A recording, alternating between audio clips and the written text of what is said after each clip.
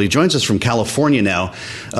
Mr. Vice President, it's great to have you back on Bloomberg. We welcome you, and I wonder your thoughts about that exercise last night. We were just playing clips of 3-4 people talking over each other for minutes on end, a lot of zingers, a lot of one-liners. One of the moderators even wanted to play a game of Survivor with you. I just wonder, to the extent that Ronald Reagan's legacy was invoked last evening in Simi Valley, did Republicans live up to the standard set by Ronald Reagan in that exercise last night?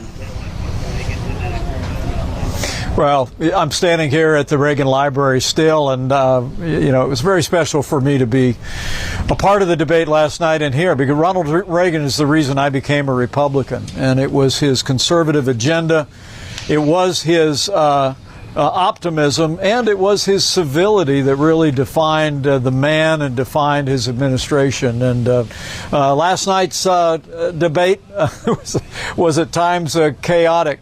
But I really welcome the opportunity to make my case that I believe that while the former president and some others who are on that stage are steering our party away from Ronald Reagan's agenda of American leadership in the world, fiscal responsibility, even the right to life, that I'm the most consistent and tested conservative in this field.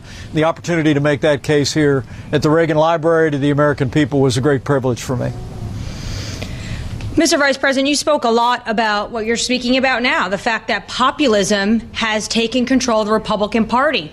But if you look back to what Trump was saying in 2015 when he announced his campaign to become president, it reeked of populism. He was calling politicians dumb in his first speech. He was talking about draining the swamp. He was talking about the United States not beating anyone ever. He said, when was the last time we beat Japan?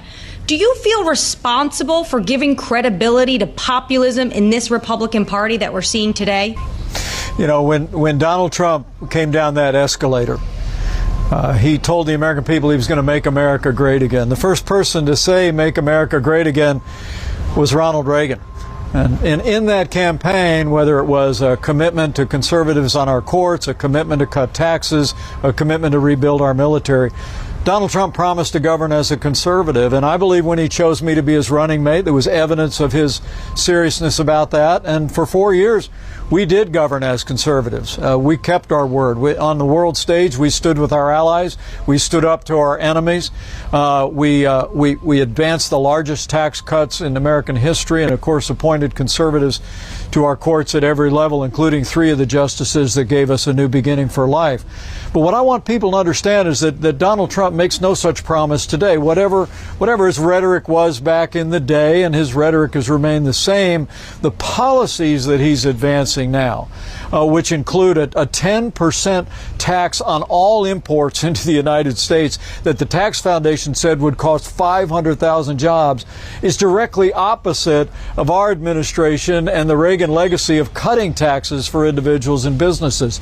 The way the president is joining a chorus in the party of embracing appeasement and isolationism and from supporting Ukraine in their battle against the unconscionable Russian invasion, that's not consistent with the way that we stood strong with our allies. We stood up to our enemies, turned our armed forces loose to take down ISIS. Armed forces of the United States took out 100 Wagner Group Russian military personnel in 2018 in Syria. We stood strong on the world stage, embraced our role as leader of the free world. And of course, lastly, just on the right to life, just in recent days, the American people have heard the president literally criticize states that enacted strong pro-life protections from the moment that an unborn child experiences a heartbeat, and he's made no commitment to support protections for the unborn at the national level. That coming from the leader of the most pro-life administration in history. That's what I mean when I talk about the president and some of his imitators walking away from that timeless conservative agenda. But if I'm president of the United States, the American people can be confident. I'll lead as America on the world stage, being the leader of the free world. We'll lead pro-growth policies, and we'll balance our budget and stand for life. Your former running mate was, of course, not there last night. and some believe that he will win the Republican nomination without answering a single question in a forum like the one that you endured last evening. What should Donald Trump answer to? Would it be the trillions in debt that he added to the nation and left behind? Would it be his legal challenges right now? What is it? Well, look, I think he ought to be there. He should have been there last night. He should have been there at the first debate. Look, no one is entitled to the nomination of their party. And frankly, Donald Trump continues to campaign as though he were the incumbent president. But think about this. He's campaigning as an incumbent, but he has less than 50% support of Republicans. That means half of Republicans are looking somewhere else. I think he owes it to our party to step forward and answer the questions. And they can be on those issues. But for my part, I think the president ought to explain, while having passed the largest tax cuts and tax reform in history, he now advocates what would be the largest proposal of tariffs, a 10% tariff on all imports, literally since the Herbert Hoover administration. And why the president, after we rebuild our military, stood strong on the world stage, is now joining a chorus of isolationists in the party saying that support for the Ukrainian military is not sustainable, and joining others who were on that stage last night who would be fully prepared just to let Vladimir Putin overrun Ukraine. And of course, as I said last night, I think if Putin grabs Ukraine, that just gives a green light to Xi Jinping to move against Taiwan. So I think we achieve peace through strength, and I think the president ought to be willing to step up and explain why he's changed his mind about America's obligations, about leader of the free world, and why he's changed his mind on such a fundamental issue as taxation. Well, you've talked a lot about your commitment to strong defense. We had on Senator Tommy Tuberville on this week, who said this. This was his quote. He said, "The U.S. military is not an equal opportunity employer. You are the father, you are the stepfather of men who have given their lives to this country, to our military." What does this have to say about the state of the Republican Party?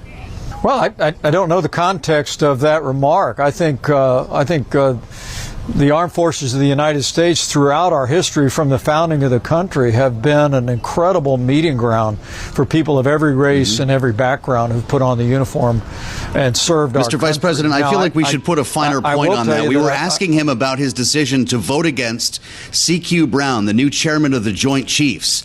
He called him woke and said he wants to mix race into the military, and made that comment that Annmarie just referred to. Is that the wrong view for this country?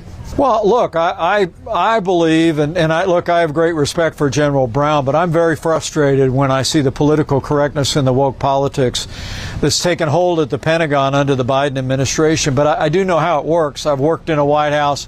I know how Pentagon works. I mean, we have civilian control of the military. I'm confident that this woke politics is emanating out of the Biden administration. But look, that Senator Tuberville has every right to vote to confirm or not to confirm. But for my part, I've made it very clear that if I'm president of the United States, we're going to build a military fitted to the widening challenges of the 21st century. We're going to get this woke politics out of the Pentagon on day one. And that includes, we're going to reinstitute the ban on transgender personnel in the United States military. I truly do believe that is not in the interest of having a military that is that reflects unit cohesion, preparedness, is deployable.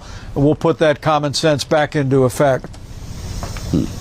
Vice President Mike Pence, thank you so much for joining us. That's all the time we have today. Thank you again. We hope you come back soon. Of course, the former vice president there, Mike Pence, who's on the debate stage yesterday.